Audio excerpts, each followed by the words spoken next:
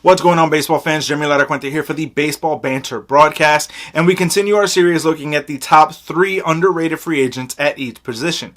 Today, we look at the position of catcher. Now, I will have to preface this. To me, this is the absolute weakest list on this free agent market.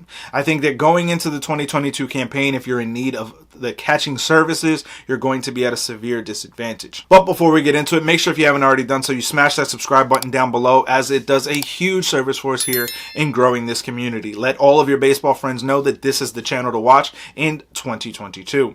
Stay tuned to the end to find out the promo code to get discounts on the baseballbanterbroadcast.com merchandise shop. Let's get into it.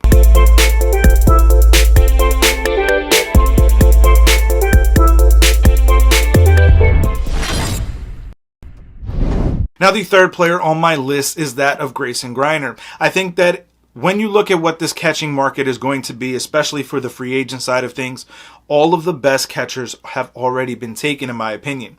Now, Grainer is going to be a guy who is not going to provide you a lot of offense. Through 31 games in the 2021 campaign, he would have an OPS plus, according to baseballreference.com, of just 85. League average is 100.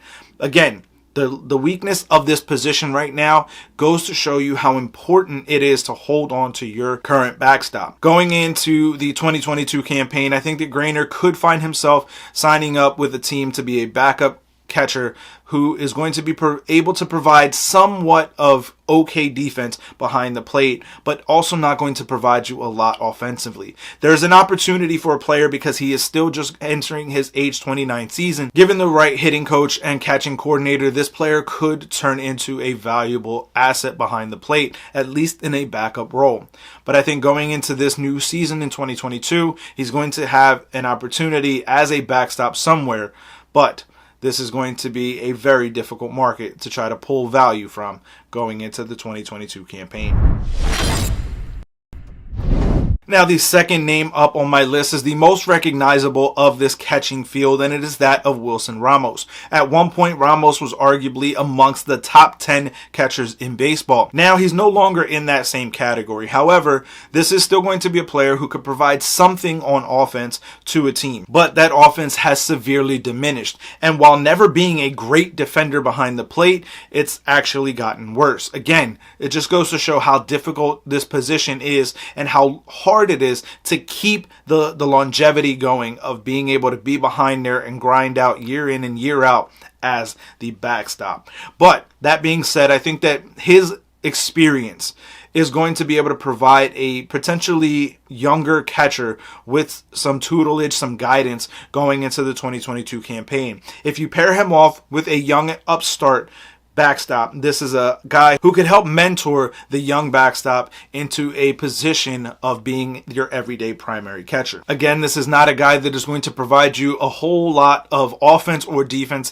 at this point in his career, but if you're looking for a name on this catching market, if you're looking for a guy to stick behind the plate, Wilson Ramos is going to be one of the best available options still left on the market. Now, the number one name on the catching market for me is that of Luke Maile. Again, this is a weaker position. Maile would only find himself playing in 15 games in the 2021 campaign. That being said, he did have a very nice spot during those 15 games. The OPS plus of 119 is going to be a mirage of sorts, a false flag of sorts, if I do say so myself, but I think that he's going to be able to be the better catching option if you're in need of a catcher going into the 2022 campaign. And while not being the greatest defender behind the plate, Maile is going to be the best available option in 2022. But I want to hear from you guys. Let me know your feelings on this down in the comment section below. Is there another catcher that you think had better numbers in 2021 who would be a more reliable, underrated option than the 3 that I've mentioned here going into the 2022 campaign? Let me know that down in the comment section below, and we will discuss it further. As always, keep it locked into the entire GLMG family by following the Granted Geek Show, We Sibs, and of course here on the Baseball Banter Broadcast. Thank you for sticking around all the way to the end of the video. As promised, the way that you can get a discount code to save 5% off your order on baseballbanterbroadcast.com is by using the promo code BANTER. This is going to allow you to get your Baseball Banter Broadcast merchandise at a little bit of a discount. So I want to thank you guys for tuning in. Keep it locked in as we continue to bring you the latest news, notes, and my personal thoughts, theories, and opinions on the game of Major League Baseball. Peace.